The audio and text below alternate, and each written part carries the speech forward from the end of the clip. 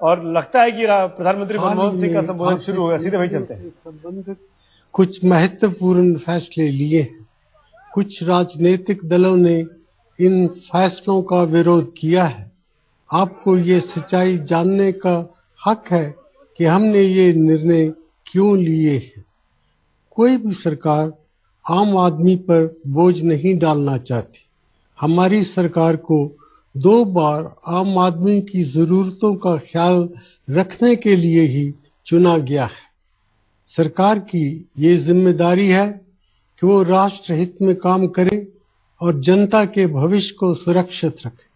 इसके लिए हमें ये सुनिश्चित करना होगा कि हमारी अर्थव्यवस्था का तेजी से विकास हो, जिससे देश के नौजवानों के लिए पर्याप्त संख्या में अच्छे रोजगार के नए मौके पैदा हों। तेज आर्थिक विकास इसलिए भी जरूरी है कि हम शिक्षा, स्वास्थ्य, आवासीय सुविधाओं और ग्रामीण इलाकों में रोजगार उपलब्ध कराने के लिए जरूरी रकम जुटा सकें। आज चुनौती ये है कि हमें ये काम ऐसे समय पर करना है जब विश्व अर्थव्यवस्था बड़ी मुश्किलों के दौर से गुजर रही है। अमेरिका और यूरोप आर्थिक मंदी और वित्तीय कठिनाइयों से निपटने की कोशिश कर रहे हैं। यहाँ तक कि चीन को भी आर्थिक मंदी का एहसास हो रहा है। इस सब का असर हम पर भी हुआ है। हालांकि मेरा ये मानना है कि हम दुनिया भर में छाई आर्थिक मंदी के असर को काबू में रखने में काफी हद तक कामयाब हुए हैं। आज हम ऐसे मकाम पर हैं जहां पर हम अपने विकास में आई मंदी को खत्म कर सकते हैं। हमें देश के अंदर और अंतर्राष्ट्रीय स्तर पर निवेशकों के विश्वास को फिर से कायम करना होगा।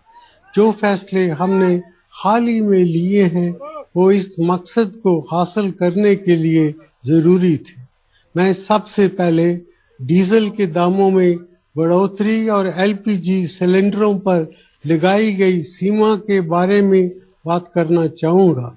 हम अपनी जरूरत के तेल का करीब 80% आयात करते हैं और पिछले 4 सालों के दौरान विश्व बाजार में तेल की कीमतों में तेजी से बढ़ोतरी हुई है। हमने इन बढ़ी हुई कीमतों का सारा बोझ आप पर नहीं पड़ने दिया। हमारी कोशिश ये रही है कि जहां तक हो सके आपको इस परेशानी से बचाए रखें।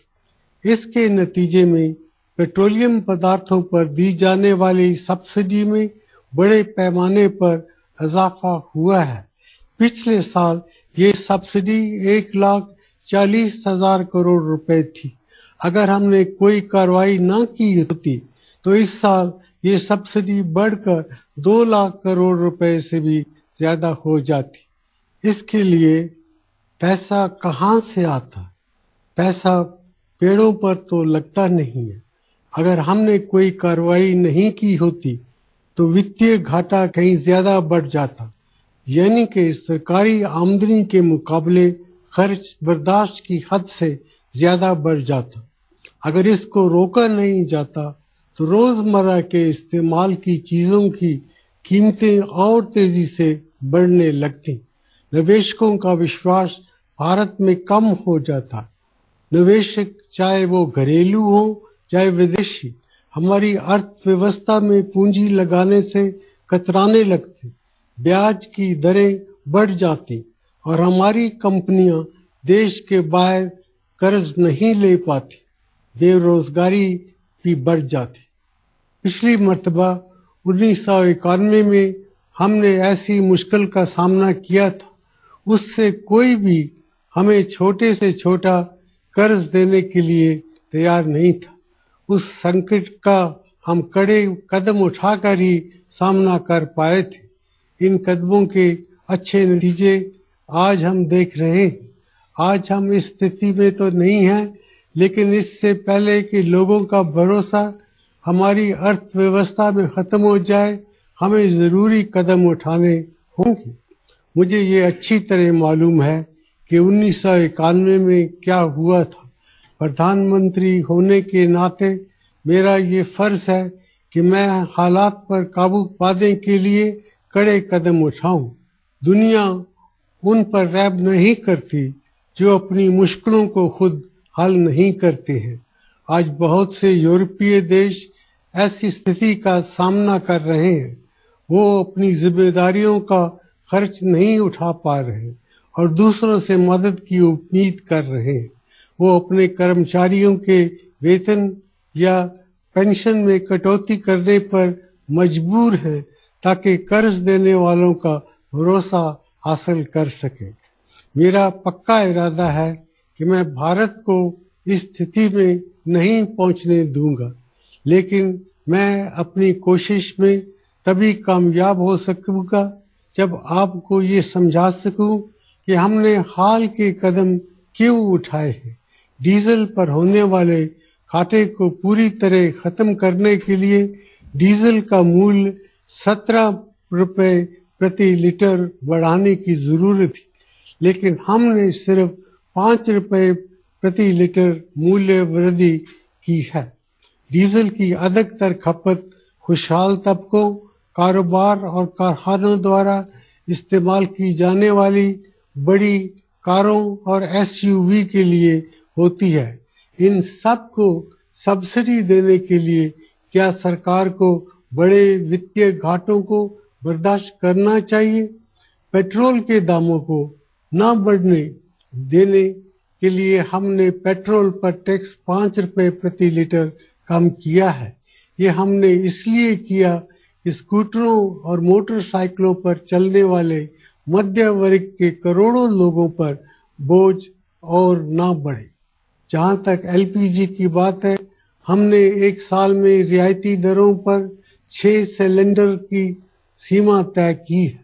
हमारी आबादी के करीब आधे लोग जिन्हें सहायता की सबसे ज्यादा जरूरत है, साल भर में 6 या इससे कम सिलेंडर ही इस्तेमाल करते हैं। हमने इस बात को सुनिश्चित किया है कि उनकी जरूरतें पूरी होती रहे।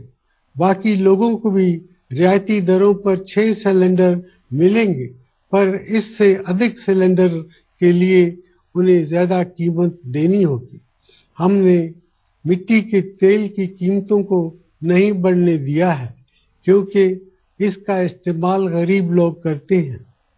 मेरे प्यारे भाइयों और बहनों, मैं आपको बताना चाहता हूं कि कीमतों में इस वृद्धि के बाद भी भारत में डीजल और एलपीजी के दाम बांग्लादेश, नेपाल, श्रीलंका और पाकिस्तान से कम है। फिर भी पेट्रोलियम पदार्थों पर कुल सब्सिडी 160,000 करोड़ रुपए रहेगी। स्वास्थ्य और शिक्षा पर हम कुल मिलाकर इससे कम खर्च करते हैं। हम कीमतें और ज्यादा बढ़ाने से रुक गए, क्योंकि मुझे उम्मीद है कि तेल दामों में गिरावट आएगी। मैं खुदरा व्यापार यानी रिटेल ट्रेड में विदेशी निवेश की अनुमति देने के फैसले का जिक्र करना चाहूंगा।